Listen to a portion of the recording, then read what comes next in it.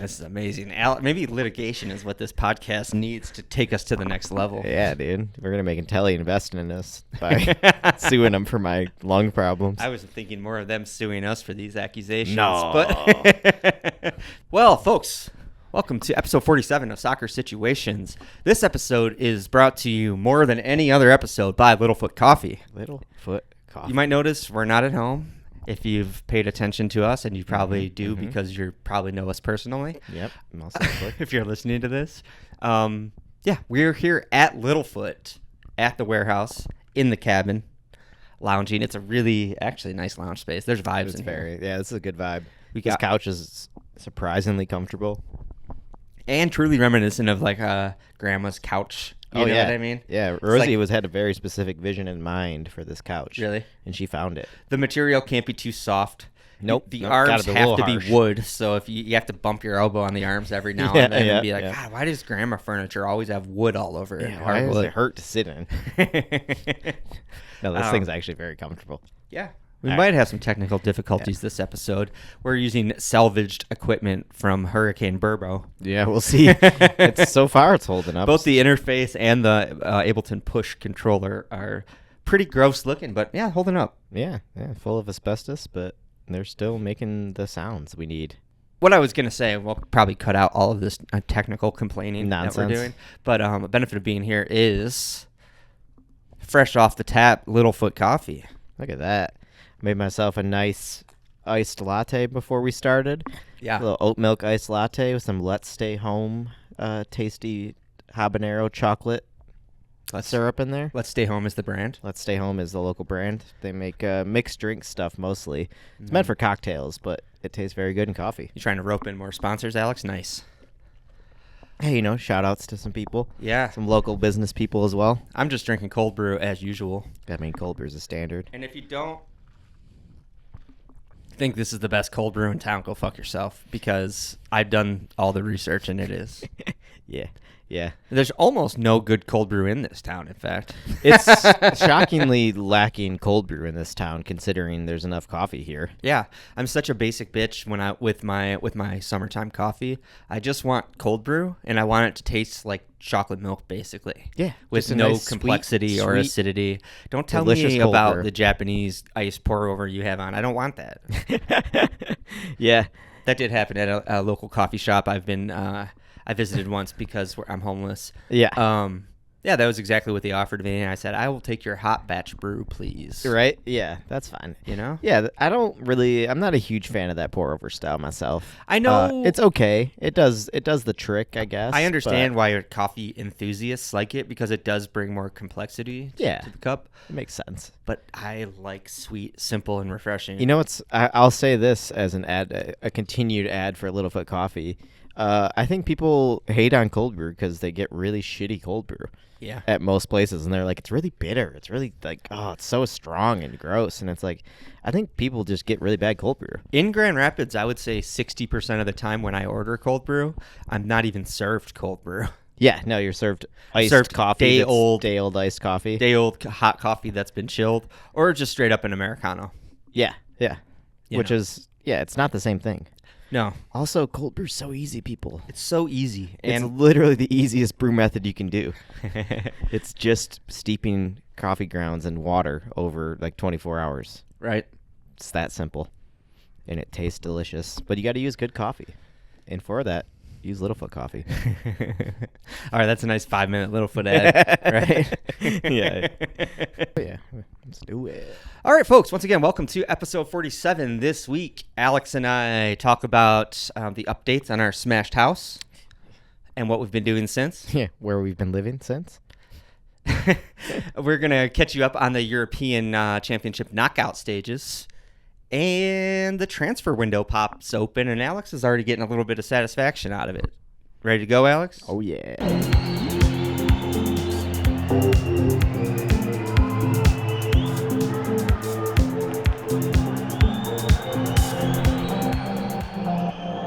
Soccer situation.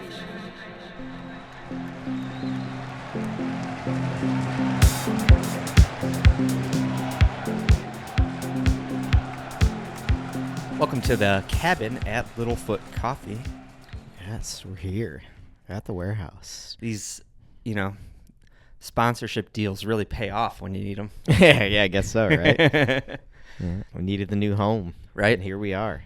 Yeah, so folks, if you know us, and you probably do, like I said, a tree fell on our house on June 26th. Yeah, it's crazy. Last It's been time that we've long recorded already. an episode. Yeah, Right? The date. Yeah, we recorded the night before it happened. Yes, indeed. Yeah, you were going to be editing and releasing that morning. Yeah. So I thought we'd just give some updates. We've had a lot of really awesome people help out, and Yes. we should definitely give out some thanks. Alex had set up a GoFundMe that went pretty well, is going pretty well. It's going well. It's still going. If you can help, please feel free to, or just share it out. Yeah. But it's going amazingly well. It's shocking and amazing for all the support coming in. Yeah, it's been incredible. I don't know if it's gauche to call out one or two people because Yeah, there's it's fine. so many donors. I did personally reach out to and hear from well-known friend of the pod, Irish James, who donated. Thank you, James. I really appreciate James, that. James hit me up for a link to the GoFundMe. I appreciate Yeah, that. our buddy Paco too. Yeah, thanks, Paco was Paco. on I there. saw that, dude. Above and beyond, buddy. Thank you. Yeah, some great friends. I'll give a shout out to the one that made me really feel it was Lomax. John Lomax gave us $300 right off the bat. Goddamn, John. Thank you. And Crazy was son of very a bitch. kind when I called him out for it and was texting him about it. So Yeah. yeah, Thank you, John. We might blame John for the current plague of pickleball on America. It's But, true. It's true. Yeah, it's better than bike polo, He's a good though, dude, right, though. John? No, John actually lived with me in this place, so he felt it. He felt it a bit. He felt a connection to the space we're in. So, yeah, appreciate it, John. John's a great dude. Any jokes about John are definitely just And jokes. this will John's be a an legend. excuse to get him to listen to the podcast. Does John not Tell him he listen? gets John's a shout out. terrible dude. No, I don't know if he does, but if he doesn't, he will now. Yeah. So yeah, man.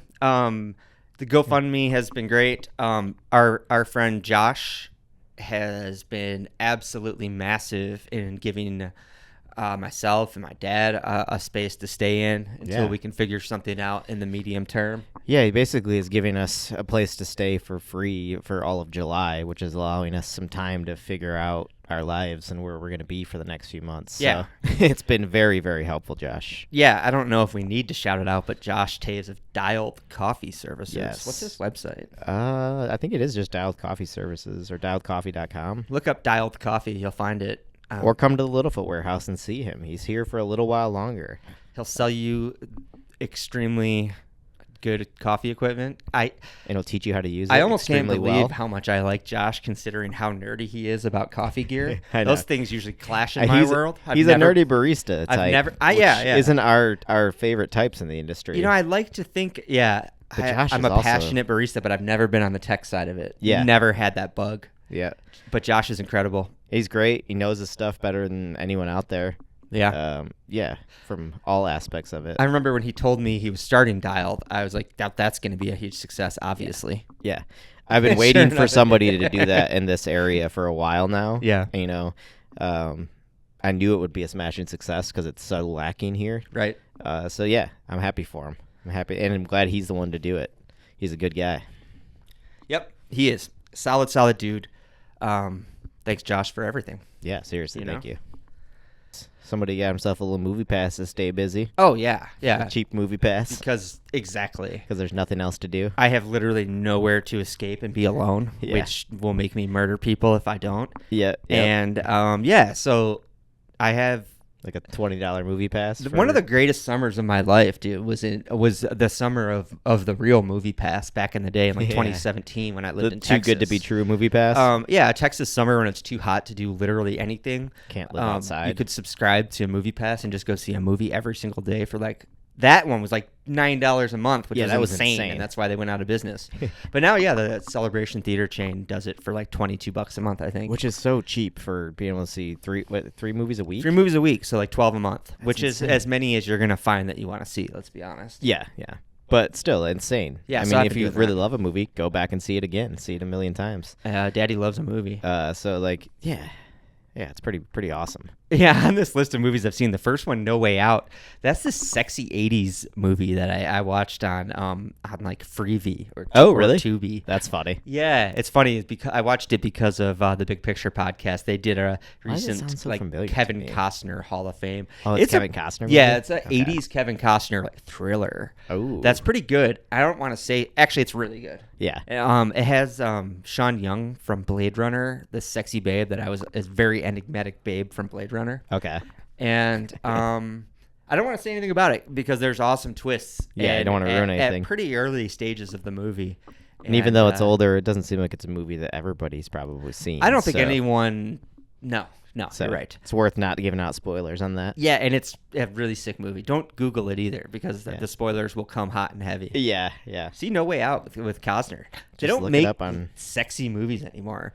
Like I think the first third of that movie is just like 80s sex scenes, and then it goes dark. It's true. They loved that kind of stuff back then. Oh, dude. Everything was sexy. Yeah. Sexy music over top of it. Gen Z is afraid of sex, so they no movies have sex in them anymore. Are we turning into Japan now? I think over so. here, where we're gonna be the kids just stop having sex altogether, and the population just falls off the face of the earth. Right. Yeah. Honestly, but aside from like obscure 80s thrillers, not obscure. That was a very big movie. Yeah. But yeah, Obscure to the younger going to the audience. movies, I banged out A Quiet Place Day One, which was awesome. The Bike Riders, which was sexy. I just said there are no I was sexy gonna say movies. you're no sexy movies. But That's there's- all sexy I don't men. think there was any sex in the movie, but No. it's just sexy. just men. sexy men on motorcycles. Men smoking cigarettes on motorcycles. Yeah, Old yeah. motorcycles. It's classic sex appeal. You know, the posture on a motorcycle, I think, says a lot about how cool you are. Yeah. And I think a lot of times you want a sport bike or a cafe style where you're hunched over. Yeah, we're leaning forward a bit. Dude, but Austin Butler rides his motorcycle like he's super straight up. Oh my God, he sits on it like such a nerd. It's just the style of the Harleys back then. Yeah, that's how you had to sit. And then the way they, he chops him up. But man, he looks cool. Only Austin Butler could do that. Only and look that cool. Yeah. Not look like a nerd riding it. Yeah. And then I saw an early screening of Twisters, and if I was Which I'm so jealous of because Twisters is awesome. yeah. I'm so excited for that. If I was a bona fide movie journo still, I would be under embargo. I don't think I'd even be able to talk about it yet, whether I Right. liked it or not. But I can. And it was awesome. It's so fun. Dude, I'm really excited about it. I mean, I was obsessed with Twister as a kid. Yeah, it's a was blast. absolutely obsessed It's a with it. stupid ass movie, but super fun. So yeah, going to the movies a lot. It's really fun. What else do I have to say about that? I don't know. I haven't bought any candy or popcorn yet. So Nice. I'm really getting maximum value. That's how I think they try to get you with these subscriptions. That's got to be the whole point behind it is Yeah. getting you in so that you buy concessions. Totally, because when you buy or reserve your ticket online and it's like $0, and they're like, "Are you sure you don't want popcorn, dude? Do you sure you don't want a Pepsi? Are you sure? You sure you don't want any of this stuff?" This movie's free. You might as well spend $30 on popcorn and sodas. Yeah, they're not getting me though, dude. They're not getting me, Onto your game. right? And this last thing I have here in the notes, the MFM Rewind. This is a little bit emotional for me. Uh-oh. Yeah, it's a sensitive time in my life. Every day is a sensitive time in my life. But, God, I love Shorzy for that. Always crying, dude. I know, right? Well, the reason I'm not crying right now is because I already cried a little bit earlier. It's one of my favorite lines ever. It's the best, dude. Emotional Shorzy's the best. Yeah, but, I've been doing a lot of podcast headphones in, like, around the clock, being trapped in a small space with Dad all With the time Richard right groaning. now. Yeah, and this My Favorite Murder episode had come up in the feed, and I think I had skipped it because I thought it was like a clip reel or highlight episode. Oh, okay, yeah. So you're like, I don't need to It watch was that MFM again. Rewind, and they do that when they go on vacation. They'll play like highlight episodes. Yeah. But A what lot of this podcasts do. actually was a replay of episode 1 with director's commentary, basically, with Oh, Karen wow. and Georgia talking about it. And I loved it so much because I loved them so much in those early days. Yeah, dude. yeah. I joked about having a parasocial relationship with Jenny Nicholson. That is a joke, but not with Karen and Georgia, dude. Especially Karen Kilgariff, dude. Yeah. But yeah, anyway, this episode auto played when I was like cleaning the house or whatever. Yeah. And they started talking about it, and it We talked, I think, on Mike in an early episode about podcasts that inspired us, and I Yeah. mentioned My Favorite Murder. Yep. This brought it back so clearly, dude. Back to like 2016 when I was down in Texas and listening to them. And it's funny because it's inspiring because they had no fucking idea what they were doing. yeah. Their operation was so slapdash, dude. They were so unprofessional on mic, even though they were both on camera talent at one point in their careers. It's funny how like you switch the setting just slightly, and it's like, oh, Yeah. this feels different. Yeah, Karen had already worked as a TV writer and was a stand-up comic, and Georgia had been on like Food Network. Yeah. But they're such idiots, dude, in like the most lovable way. And what did I write here? Boop, beep, bop, boo. Yeah, their guards were so down, dude. And they were so honest in the early days. They didn't think anyone was going to listen to My Favorite Murder, Yeah. much like we currently Assume know that nobody no one listens to this. soccer situations. But yeah, dude, Karen was absolutely the best, dude. She reminded me so much of myself and gave me so much encouragement to keep eventually going do with this. this. Yeah. You know, it'd be a Yeah. few years later before I actually pulled the trigger. But yeah, dude, it was really, really inspiring and awesome to hear them again in the early days. In the early days before they tighten it all up. Their complaints and their dingus stuff that they get wrong and do, like at the very first episode, Karen tries to tell the story of the Night Stalker, one of the biggest, Which is like one of the maybe biggest the stories. biggest serial killer Yeah. story in American history. Yeah. And she totally is trying to do it off the top of her head, no notes, like she's just an idiot at a Classic. party, which is exactly how we started this podcast. Yeah. No notes. I'm nothing, still like just trying talking. to wrangle how much I want to script this thing, you know? Right. Yeah. And yeah, it's great. I fucking love My Favorite Murder, dude. And that Rewind episode was refreshing to hear. It was awesome. Nice. And Little I reminder. can't wait for the next one. I loved early Karen Kilgariff so much, dude. She's Yeah. such a fucking asshole in the best way. They really, I remember being like a little bit of a boomer because they have one of the most woke audiences. Yeah, of course. Fucking James would hate it. Yeah. They really do, and they do cater to that more now. They're very, very careful with Of course, yeah. politically correct. But I know you're in there, Karen. I know the asshole Karen's in there. Nice. Yeah, that's all I have for my private life right now. Podcasts and movies. It's really not much has changed in the past 15 years. Yeah, it's funny. Yeah, not much. We've been displaced, but the lives don't change a whole lot. The animals are doing well, though. A little update on the animals. Oh, yeah, that's what I need. Animals are doing fantastic. Tell me all about it. We have a full-blown cat fest going on at Maggie and Chip's house right now. All 4 of the cats are loving life over there. It's very funny to see. So we adopted Chico and Twigs at the same time. My mom got Chico, I got Twigs. Came not from the same litter, but they were in the shelter at the same time.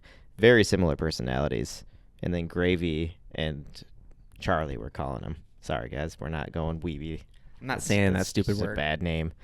But yeah, I like Charlie. But Charlie and Gravy are very similar personalities. Both little bosses, the younger bosses of the house. That's really funny. But yeah, they've become actually Charlie and Gravy are like best friends now. Amazing. They play nonstop. That's awesome. But yeah, and Bailey is handling it well. She's dealing with the cat bonanza very well. Yeah, she's been acclimated. Yeah. She's not mad at the other cats being around. She likes it. Bailey is weirdly pretty chill when she's not particularly being an asshole.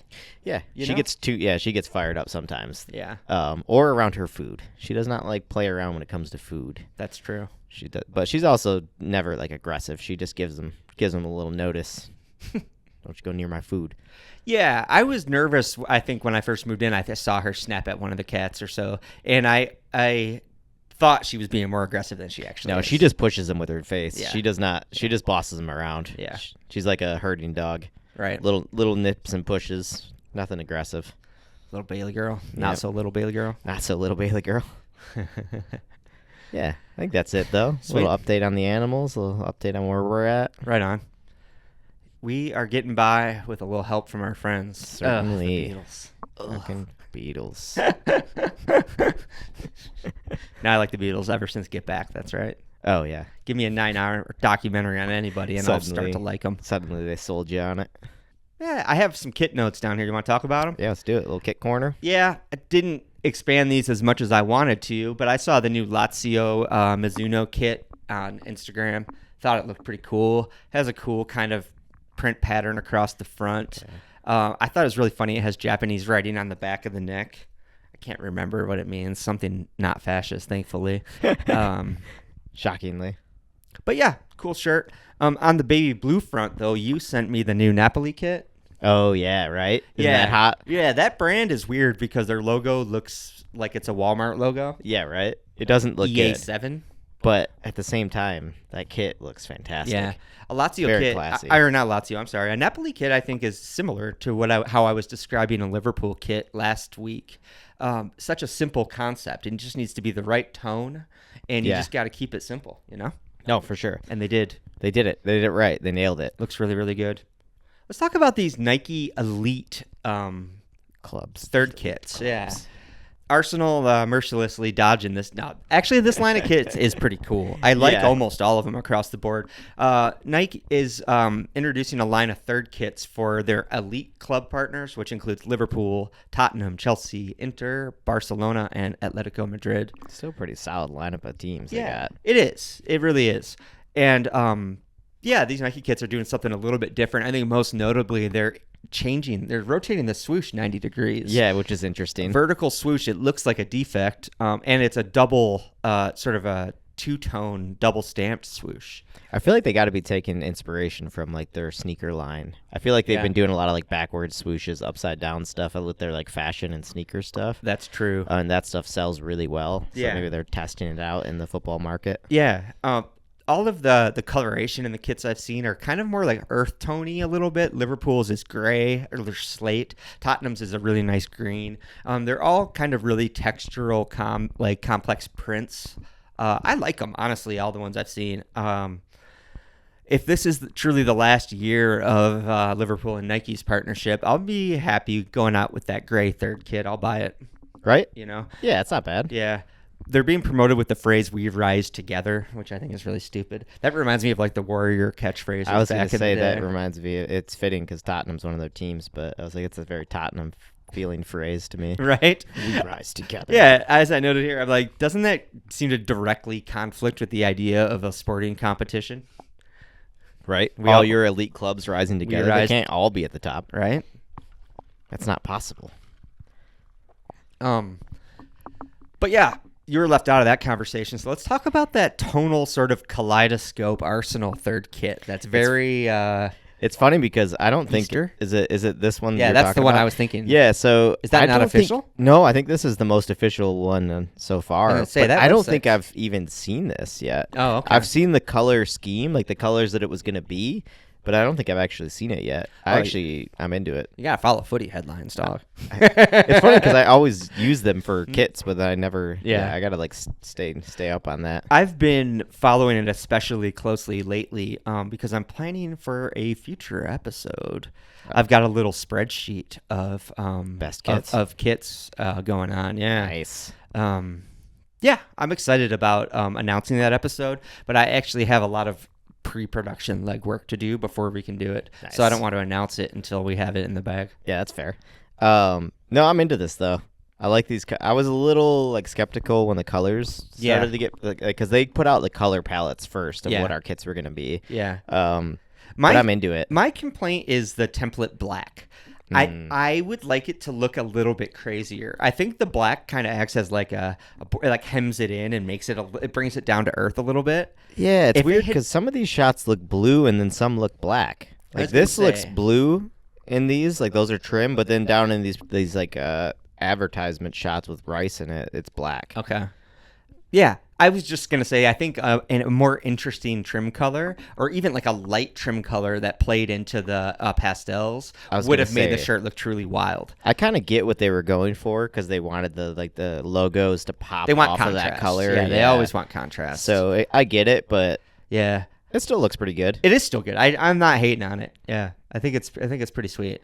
I think I like it more than what the rumored away kit we're supposed to have, I don't know. which if I've is seen that. it's just like a black kit with like red and green accent trims. Liverpool's away kit this year is terrible too. Super boring template black with just teal trim on the edge of the cuffs of the sleeves. Yeah, I'm not a huge fan of ours. Maybe all these kits. It's like I can, I'll come around to them eventually. I'm sure during the season. Liverpool's away kit, I will not put my foot down. But right now, yeah, I'm not thrilled with. I like our home kit. Okay, third kit looks cool. Not in love with the away kit. We'll see. We'll see what happens. Once the players put it on, they score a big goal in it. Suddenly, I like it a lot more. Right? That's how it goes. All right, Alex, let's talk a little Euros. Yeah, I was looking. I had to delete so many notes because I was like, should we do kind of a rewind, catch up through all the games? But I'm like, nah. We could go. We could talk forever about. I think most of our homies that listen to this podcast are probably caught up on the Euros. So let's just talk about these quarterfinals. Yeah, I was gonna say, right? I'm sure most people listening to this will have already been watching along with the Euros. So yeah, I think so. We don't need to catch them back up. Let's dive into England versus Switzerland. This is the game I think we were most vocal about on the socials through the week. Yeah. And I think most emotionally invested in, for better or worse, with the England story here. Yeah. The Swiss, I think, undeniably had been the better team throughout the tournament leading up to it. Absolutely. Yeah. Yeah. We weren't just being anti-England with all of our pro-Swiss propaganda leading up to this. No, the Swiss had just been a better team. They looked more complete unit. I liked the style of play they were playing. Yeah. Not just a better team, one of the better teams in the tournament. Yeah. No, absolutely. I was thinking if the Swiss pulled this off, they could make a run and possibly sneak out and win this tournament somehow. 100%. They look that good. Yeah. And I still think that even after the game. I still think they could have won this tournament had they beaten England in penalties. 100%, dude. There's been some unlucky teams. Austria was really good in this tournament, too. It's true. You know? It was sad to see them go out right away in the knockouts because they were fantastic. Yep. But yeah, England. Did you have any moments of the game you actually wanted to talk about? I mean, Bakayo's goal was fantastic. Yeah, it was. Of course. It was a beautiful finish. It's funny because the commentators, when I was watching it, I think initially were like, it's deflected and in. And then it was like the replay. I was like, no, it wasn't. That was a beautiful finish. Just a well hit. Yeah, I mean, I'm super happy for Saka, obviously. He's such a likable character. It's funny, James sent me a message when I posted that Saka thing, and he was like, I hate you, Alex. And I was like, I'm sorry, I can hate England and still love Bukayo Saka. James is extremely concerned about England's progress in this tournament. Yeah. It's frustrating that they keep squeaking by somehow. Yeah, they've been shit the whole time, and they're in the semis. The only thing I'll say about this game is my attitude changed a little when Southgate actually changed up his tactics. Sure. I didn't realize that he was going to like a 3 at the back situation before I made my predictions. But I still would have picked Swiss to win. But I think both teams playing 3 at the back, it was like they kind of canceled each other out. Yeah. It was very cagey. But still like open. Both teams were pretty open at the back. Surprisingly not more goals in this game. Definitely. And also another note is, man, I know Harry Kane's the captain, but is Germany's league that much weaker or something? Because he scored how many goals for Bayern this year? He's been useless for England, absolutely useless. Shades of Cristiano. Yeah, I'm like, he's just floating around out there, not doing a whole lot. And I was like, it's really a shame that Ollie Watkins and Ivan Toney are sitting on the bench getting no minutes. Yeah. While Kane just gets to trot around out there and be the captain. I think in a serious sense, there are shades of Cristiano, not in the sense that Harry Kane is as washed as that guy is. No, Harry Kane can score goals. But in the sense that despite him not fitting the system at all or being the appropriate player for the system, he's getting in just because of clout. Yeah, that's just it. Obviously Harry Kane's still a good striker. Definitely. He can still score goals. Definitely. But when you're watching these games, he's not fitting with what they're trying to do right now. Mm-hmm. And there's just a fear. These players have this aura, especially the ones that are wearing the armband, and they're not allowed. They just don't get taken off. Right. And it's like, come on, he's done nothing in this game. I was actually shocked that they took him off before the penalties. Right. That actually blew my mind. Because I was saying, I think he might have been injured. But I was saying just before that he needed to come off a long time ago. Yeah. That's why England really does need a foreign manager, I think. Yeah, they need somebody who's not emotionally invested in the old being boys English. Club. Yeah, exactly. It's like, no, you need somebody who can take this insane group of talent you've curated here and win something with it. Southgate, I don't think, is that guy, but maybe they'll prove us all wrong. Well, he's not going to prove me wrong, but he absolutely can grind this team to a trophy, I think. Yeah. The one thing I think will stop him is France's defense. No, honestly, that's it, dude. Was it Camavinga in the news today? Yeah. He was like, it's historic. We're in the semifinals. We haven't scored a goal yet. Yeah. France is speaking of grinding it out. Oh, man. We'll that's get to them in a little bit. That's but going to be tough. Yeah. They are grinding this thing out. Right? Yeah, let's take a quick look at Spain versus Germany. Spain still looking like the only legit team in this tournament for me. Yeah, they have from game one. Yeah. From game one, Spain looked like they were ready for this tournament. Yeah, they're the guys, dude. They have a new generation that doesn't look phased at all. They've just rebooted into a whole new generation of unreal Spanish talent. No, you're absolutely right. I have here in the notes they have only themselves to beat now. Yeah. And that's it, dude. That's Spain. That last time Spain lost a major tournament, that's how I felt. Yeah. Like they were the best team. It would have been Euro 2016. I think 16. Yeah, and I thought Spain was like the best team in that tournament, but when it got to the tail end of it, they just looked a little nervous, dude. They kind of tightened up. Yeah. And I think that's the only thing that's going to stop them now is their own nerves. Yeah, if Because they have somehow get nervous getting closer to the final. those youngsters don't look like they give a fuck, dude. No, they are playing with the most ease I've seen out of any of the teams. Right? And Germany were a good side. Super good. This was the game of the tournament, dude. This was the game of the tournament for sure It so far. really had it all. Talk about expecting more goals. It was going end to end. We weren't getting a lot of goals. No, shocking. Yeah, the finishing could have been better. Right? But Spain cut through eventually. Yep. Sliced and got that lead. Inevitable, it felt like. Yeah, it did. It did. Just like I described it in that episode, Arrakis knife fight. Yeah, It's exactly. the same thing, dude. They're Yeah, just still the same Spain. They're going to get you. But Germany came through with the 89th-minute equalizer. Yep. Just the beauties on their home turf. You thought that was going to carry him. You're like, oh, man, the Germans, now the momentum of the crowd. Oh, I thought it was theirs, Like, this dude. is it. It's over. I literally was like, damn, Spain's out, dude. They looked so defeated, too, on Yeah. the pitch, actually. They looked really gutted by I that. just described them as not giving a fuck, but they looked done. Yeah. And Germany, I mean, wasn't that game in Berlin? Yeah, I think so. It was in a party town. Anyways. It was in one of the big towns, and it was raucous in there. Yeah, that had to be it. But no, dude. Spain gone and did it again. They dude. took a little breather and said, "No, we're good." And that was in like the 120th minute, right? Wasn't it right at the end of extra time? Do I have it in the notes? I have late winner and extra time. Yes, But I think it was, dude. it was like right 119th at the end. minute. Yeah. It was the 119th. Yeah. Damn. Right at the end. So that game was sick. Absolutely gutting for Germany. Absolute roller coaster for Germany. Oh, that equalizer got them thinking. They had to be thinking just like us. They're through. This is it. Yeah. Boys are going to ride this out. Ooh, absolutely gutted when they gave up that goal so late. Right.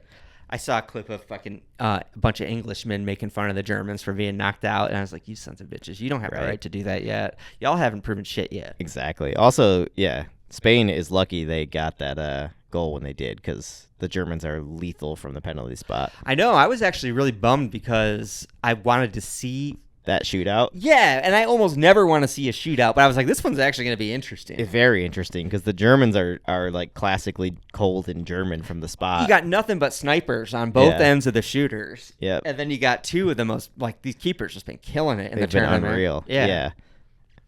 Yeah, but I'm also happy that it didn't go there. Always happy when penalty shootouts aren't needed. Yeah. Yep. I'm happy Spain went through with a beautiful natural goal from open play, as it should be. Yes, yes. On to Netherlands, Turkey. Turkey. It's funny. I don't think I watched this game. This is the one of these I didn't watch. I watched it. I was kind of burned out from the previous game. Yeah. So I didn't watch it as close as I could, but Netherlands snatched it too, man. I think France, England, and the Netherlands, dude, 3 of the 4 in the semis. lucky to be there, kind of. Yeah, it feels that way. It's like Well- you could say maybe that's tournament experience. Yeah. These guys have found a way to win games that they probably shouldn't win. Yeah. I was And gonna I'm say, sure you could say that's down to experience. It but is doing them a little bit dirty. Like, I think I had Germany and Spain down as the only teams that have actually been legit in this tournament. But I would put Netherlands just kind of a notch below, where like they've looked solid. They have. You know, Gakpo I think is leading the tournament in goals. He is, which is I don't think a lot of people predicted that. Virgil's still being Virgil. He actually had a couple cool defensive moves in that game. Nice. Again, is it Yilmaz, the Turkish attacker, who's actually pretty fucking dangerous? Yeah, the Turks are good. Yeah, Virgil had some challenges in that game and stepped up in vintage Van Dijk class. I liked it. Yeah. Fun to watch. Yeah, it's good to see. Like, it's funny. You forget he's 32 now. Yeah. He's up there, but he still looks like he's in it. I think we're fully in an era where center backs can be that age now if Yeah. they've been taking care of themselves. Yeah, you know? don't have to be the way teams play now. You don't have to be nearly as mobile. You have to be able to pass the ball well still, and you have to be strong, but you don't have to be quite as quick and nimble. Especially if you have a good partner. I think in all the years I've been watching Van Dijk, and it's been a few now, I think I've only seen him full-blown 10 out of 10 sprint maybe 3 or 4 times. Yeah, he's just It's about very smart. positioning, you know? Yeah, it really is. Yeah, or like you get that center back next to you who does all the sprinting for you. You Right. get him a younger partner that can sprint around, Right. and then he can just clean up and mop up behind him. Yeah. But yeah, we should mention a little ode to Turkey. Great team, great tournament for them. Yeah, As Yeah. usual, they have the most insane fans. That game sounded like it was in fucking Istanbul. that's awesome. Yeah.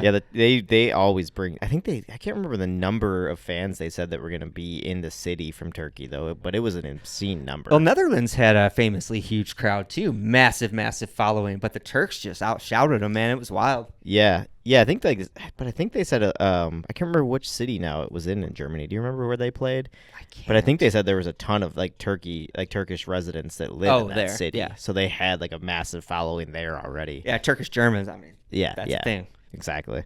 So they Emre Can. they were there you go. They were in full voice. You know who wasn't in full voice? Anyone that saw fucking Portugal v France. That was the most I think that's probably why I didn't watch Netherlands Turkey, because after watching in England Switzerland I was like I don't know if I can take another second match. If I It's just get gonna another ruin my day. Portugal France, I might end the podcast. It was so boring. Dude, I hated that game. It was so It boring. was excruciating. Of course, we spent most of it just griping about Cristiano Ronaldo playing 120 minutes again. Just wasting everyone's time jogging around out there, Right. acting like he's helping at all. Right? At least we're not the only ones saying that now. Literally every other Oh. football outlet is like, what the fuck is he doing out Did there? everyone catch up to the fact that Ronaldo should have retired and not been at this tournament? Not at all, let alone play 90 minutes, let alone play 120 minutes. Imagine being that 117th minute what Diogo Jota was thinking on the bench. I would have been walking out of the stadium if I were him. Honestly, dude, I would have sipped a couple Arnold Palmers, have some Yeah. secret snacks on the Yeah, bench. right? Bring a hot dog out. Like, what am I doing here? Get some sausage going. I could be spending my summer in Portugal, the fucking most beautiful place on earth. Yeah, What just am I doing? having a good time. What am I doing being trotted around Germany for no reason? Yeah. Put it on a bench. One of the most lethal scorers in a game that needs goals more than anything. Sits on the bench for 120 minutes behind that guy. Yeah, and then they still have the fucking porn shots of Ronaldo, like when the team was all huddled When they were up sitting and around he was it, and he's down with on his the crotch ground. out, just like acting like he wasn't trying, like gonna masturbate to that later. Dude, it's just, oh God, his ego just drives me insane. It's absolutely He- insane. like everything is about him. Yeah.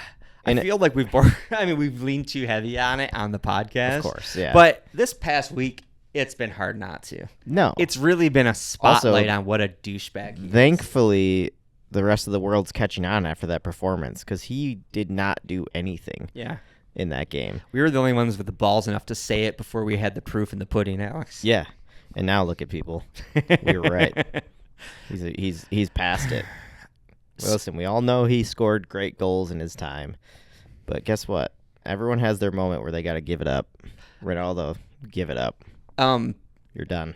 Everything I've read, everyone fully believes he's going to be in that World Cup squad in 2 years doing the same thing.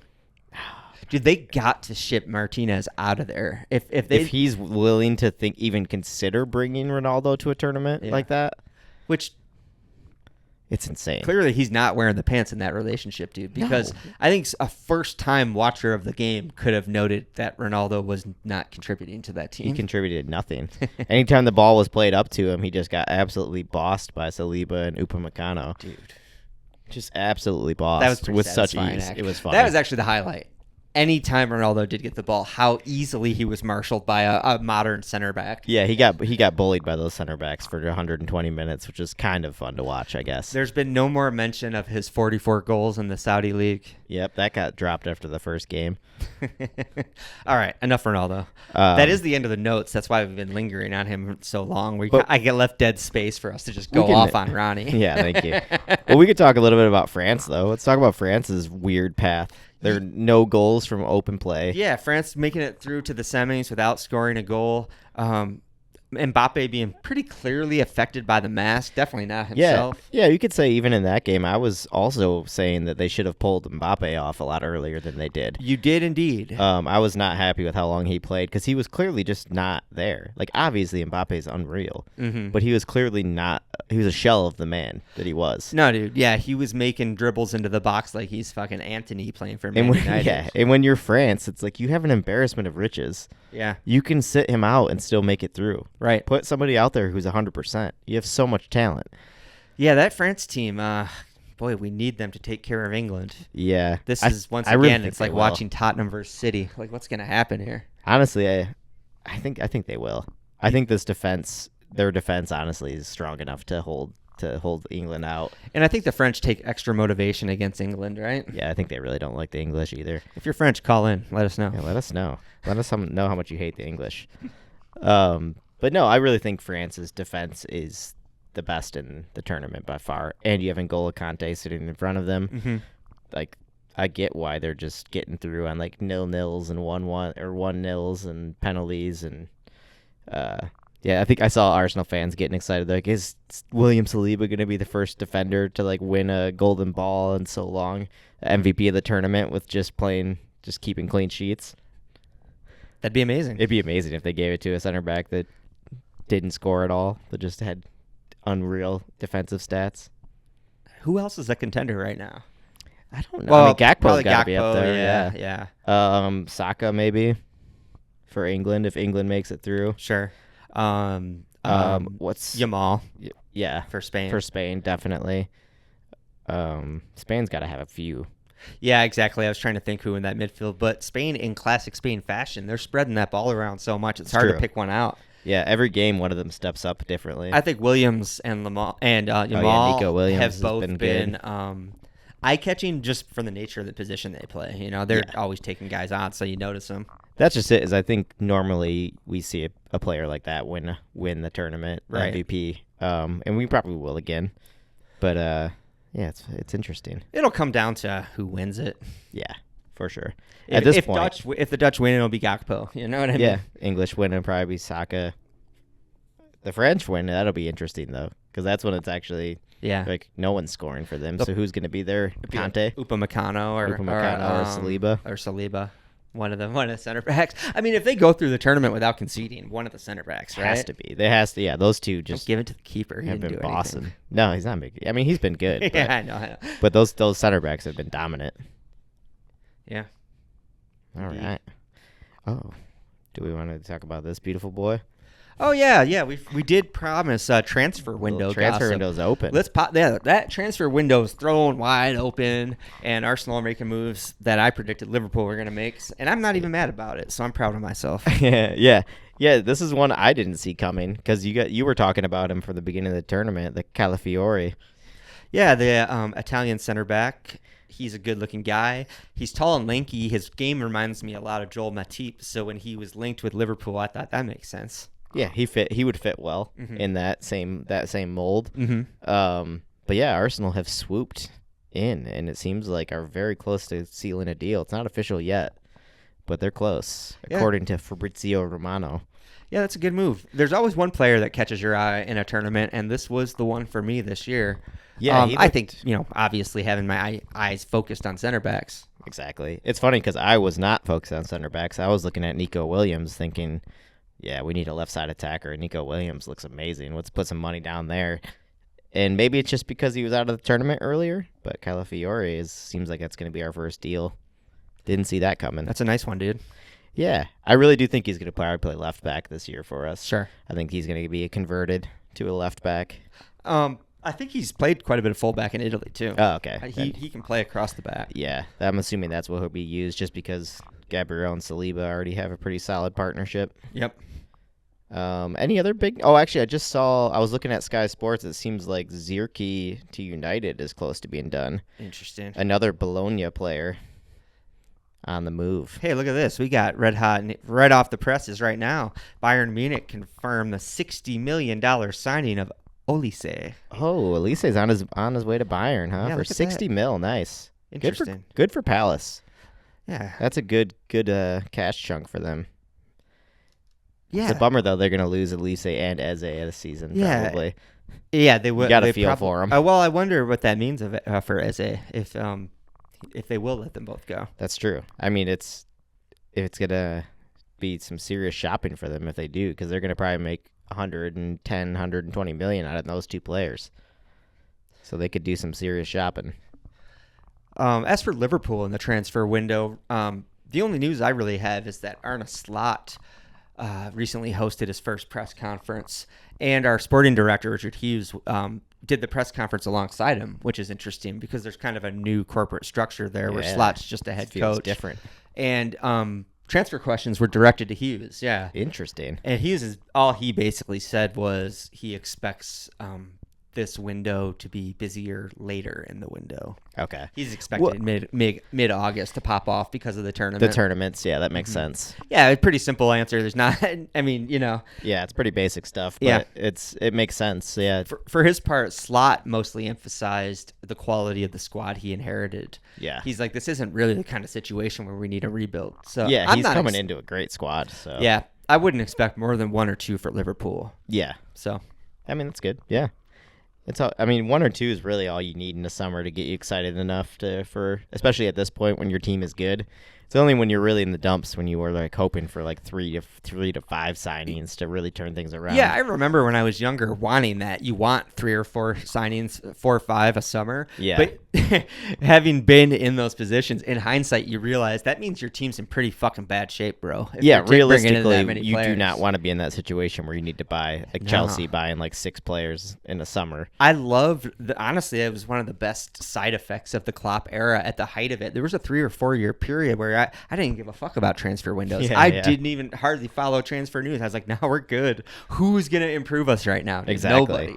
And every once You know? you'd get like maybe one signing here and there to Yeah. keep you'd be like, oh, nice. But you would just trust what they were doing. Yep. You're like, well, there you go. They signed somebody cool. That's where you want to Bring be. somebody new in. That's absolutely where you want to be. Yeah. But it's a fun time. It's always fun to speculate in the transfer window. Of course. And obviously with the big tournaments happening, it's always interesting. Everyone's always going to be whispering about players that are putting on a show. Yeah. Yeah. Back when Liverpool was run by idiots, I was concerned because, I mean, clubs used to sign players based on one big international game. Absolutely. Liverpool weren't alone in it. If A people lot have of clubs did. Yeah, one player had a big moment at an international tournament. He's getting signed for like $50 million next season. Yeah, sometimes it works out. We signed Dirk Kuyt on a big tournament. I think was it 2006. He had a big tournament for Netherlands, and he ended up being a pretty good servant of the club. Not a superstar. Hard-working player, Yeah. scored plenty of goals. Yeah. I'm trying to think of another one now. I feel like I had a negative You know example I think too. the most iconic one I think of in this way is James Rodriguez. Oh, sure. He had an unreal tournament for Colombia, and then was like he bounced around Europe, touted as this like amazing midfielder, and never really hit the heights everyone expected him to. 1,000%. 1,000%. He's like he's the first one that jumps out in my head when I think of a player like that who was signed off a tournament. right. I feel like it's always, well, he looks like a number 10, but yeah, I feel like Yeah. it's always like a winger that has an explosive tournament. Yep, It's pretty absolutely. funny. Yeah. Which I is said funny. Liverpool don't do it anymore, but we signed Gakpo off of the last fucking tournament Yeah. on that. He had a really good World Cup. At least it's last paying Euros. off. Look at he's banging goals in for the Netherlands again. Sometimes they work out. Dutch wingers. Yeah, every once in a while those work out. Yeah. All right. Should we wrap it up? Let's see here. Got anything else to talk about football-wise? I don't. I don't either. We could break James's heart and bring up more English victory news with Hamilton winning the British GP. No, that was honestly, I was so frustrated, even though I was looking for another Englishman to win it anyway. But I'm getting some technical difficulties at the end. Yeah, my mic's on. Todd's mic is gone, so now it's just me rambling about how Lando Norris should have won the British GP instead of Lewis Hamilton. Got screwed over by McLaren. We need a mic cable. Uh-oh. And I think that's it, folks. We're going to wrap this episode up. Thank you for joining us for episode 47? Indeed. Episode 47 of Soccer Situations. Have a good week, everybody. Enjoy the Euros the rest of the way. We'll be back to talk about it. I'll try to have a new mic cable for next week. There you go. Hit that beat. Now I hear it. Later, y'all. Thanks for joining us. Soccer situation.